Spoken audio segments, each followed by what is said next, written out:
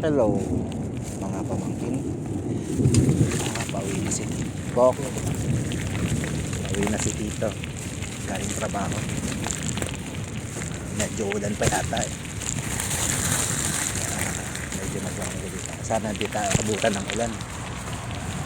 Nakabike lang ako. Well, kaya ako gumawa ng video na to kasi nais akong i-share sa inyo kung bakit tayo stress. Isa sa mga dahilan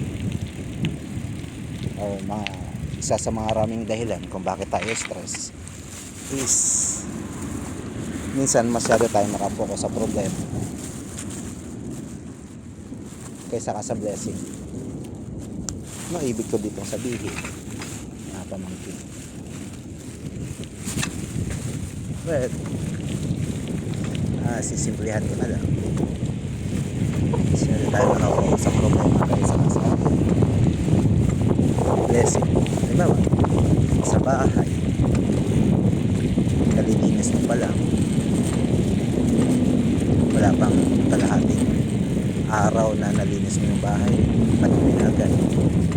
Tapos yung mga bata, mga anak mo, tanghali na, nakahilata pa rin, tulog pa. Tapos pag inutusan mo, ang tagal gumising. Yan, doon tayo nakafocus sa mga nangyayari, mga bagay.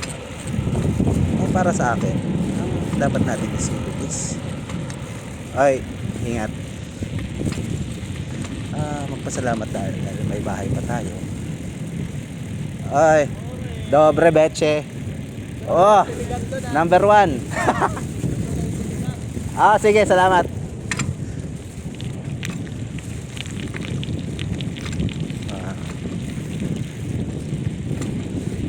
Doon tayo nakafocus. Back to the topic. Wow, back to the topic. Yun nga. Masyado tayo nakafocus sa problema. Doon tayo umiikot yung buhay natin sa mga bagay-bagay na yan. Dapat ang isipin natin ay magpasalamat tayo dahil may bahay tayo. May bahay pa tayo, naglilinis, may mga anak pa tayong nalagaan. Kasi mga anak natin or mga kasama natin sa bahay 10, 15 years may kanya-kanya na yung buhay. Akala mo matagal yung panahon na yun, saglit lang yun. Mapapansin mo wala ka na, mag-isa ka na lang sa buhay. Dapat mag-create tayo ng magagandang memories habang nasa bahay pa sila. Tapos kung nakabasag sila ng hindi naman sinasadya, nakabasag ng pinggan or nakabasag ng gamit, doon galit na galit tayo. Halos parang mas mahalaga pa yung gamit kaysa doon sa bata, hindi naman sinasadya. Dapat sana kung gano'n ang nangyari, comfort natin yung bata. Mag-iingat ka sa susunod, buti hindi ka nasugatan. Kasi ill feeling na nga yung bata dahil nakabasag siya. Alam niya naman na mahalaga yung bagay na yun or nasira niya, pero hindi niya naman sinasadya. Ang problema lang pag sinadya, yun doon mo pagalitan ako. Pero pag hindi naman sinadya at bihira lang naman mangyari, comfort na lang natin sa susunod ng inadya. Kasi yung mga bagay na yun, napapalitan naman yan. Ayun, may mga epekto yun sa mga anak natin, mga ginagawa natin. Minumura natin sila, sinasabihan natin sila ng masasamang mga salita. Sa una wala yun, pero akala mo lang wala, pero eventually pag nagtagal may psychological effects yun.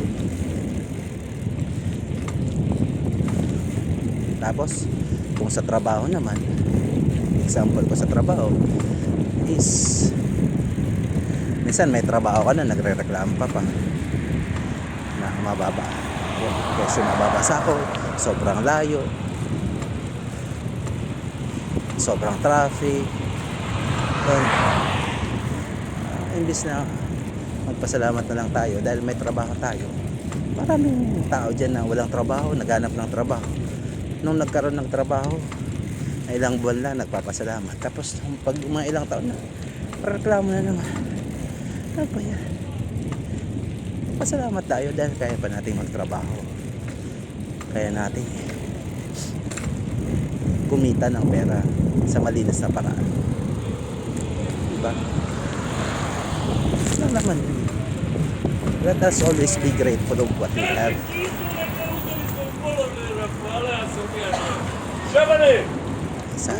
Sa mga estudyante naman, minsan pagpasukan, walang bagong uniform, mga bagong aklat, mga bagong gamit. Kung mayroon naman na mga binigay na mga gamit at maayos naman, yan na muna. Kasi yun lang naman ang kaya ng mga nanay natin, mga magulang.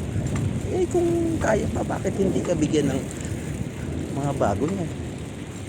Kaso yun nga, dapat magpasalamat na lang tayo. Dahil mag-school pa tayo. Mag-school pa tayo. Mag-aano. Blessing tayo. Maraming makakuha. Ano ka? Issue. Tuloy mo ay naman. Ay! Ito ay naman proud din. Ay. Kaya ka. Okay. Yun nga.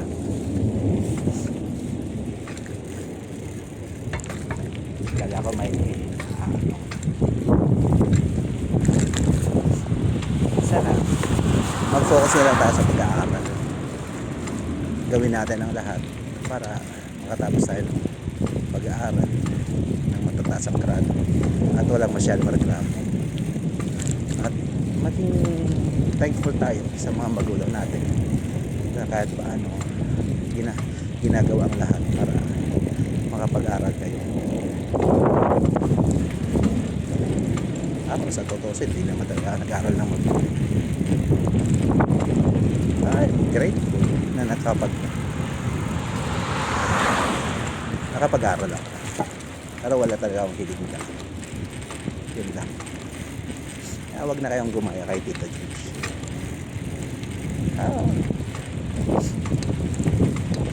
Mag-aral kayo mabuti. At sana